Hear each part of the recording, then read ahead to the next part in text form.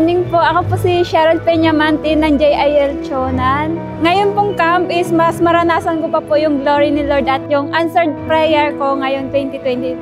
Ang magkaroon ng baby. Hi, I'm Sis Flor from JIL Kuan Yin. Ina-expect ko po dito sa camp ngayon ay maranasan pa po ang mas malalim na pagkilos ng Lord sa buhay ko at ang prayer ko po ay salvation for my family at inaasahan ko po na dito ko po matatagpuan yung kasagutan sa aking mga panalangin and healing for my sister.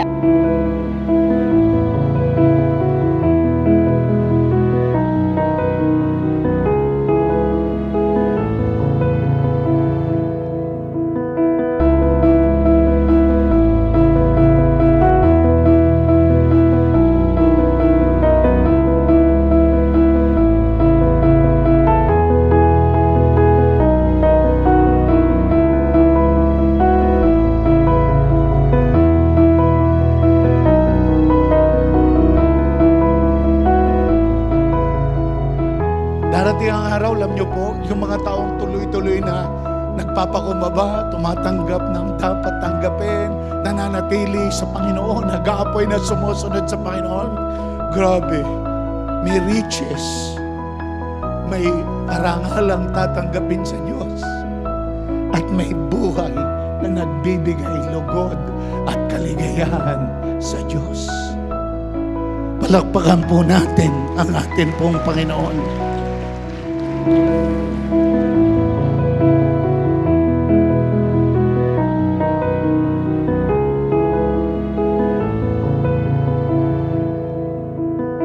Many people are weak, especially Christians, because they neglect to meditate upon God's Word. Our intimacy with God is also dependent on our dependency on the Word of God.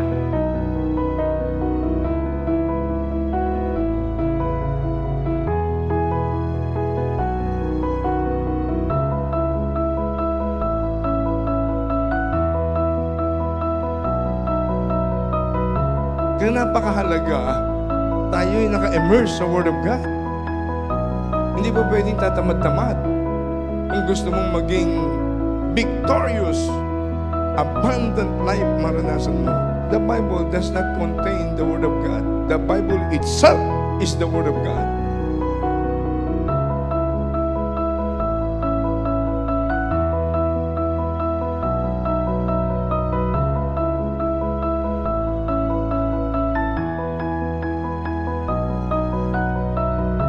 I am believing, paglabas natin dito, kung tayo mayroon pang mga tinatawag na doubts.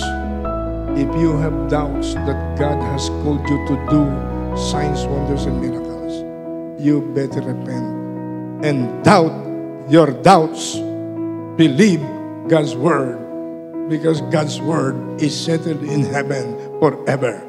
Amen?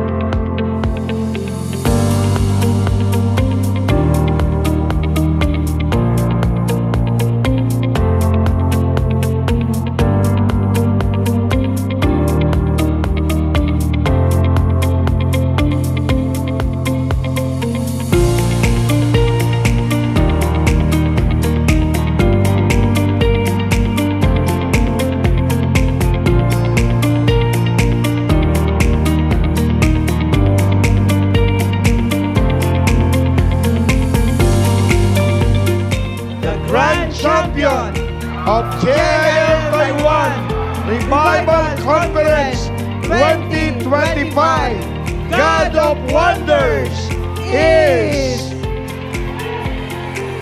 Taiwan Northern JIL.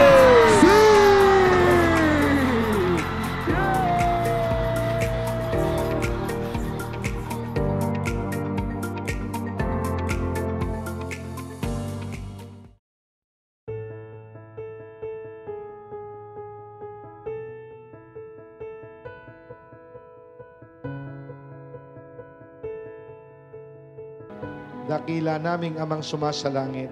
Habang kami po ay dumadako dito sa aming prophetic gesture, candle lighting ceremony, Lord, i-anoint mo po ang bawat kandila.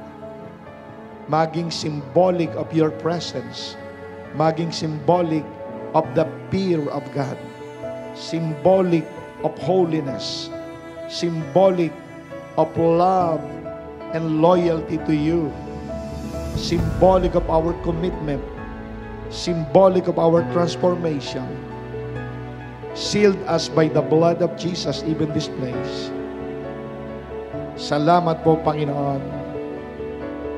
Ito po ang aming panalangin sa pangalan ni Jesus. Amen and amen.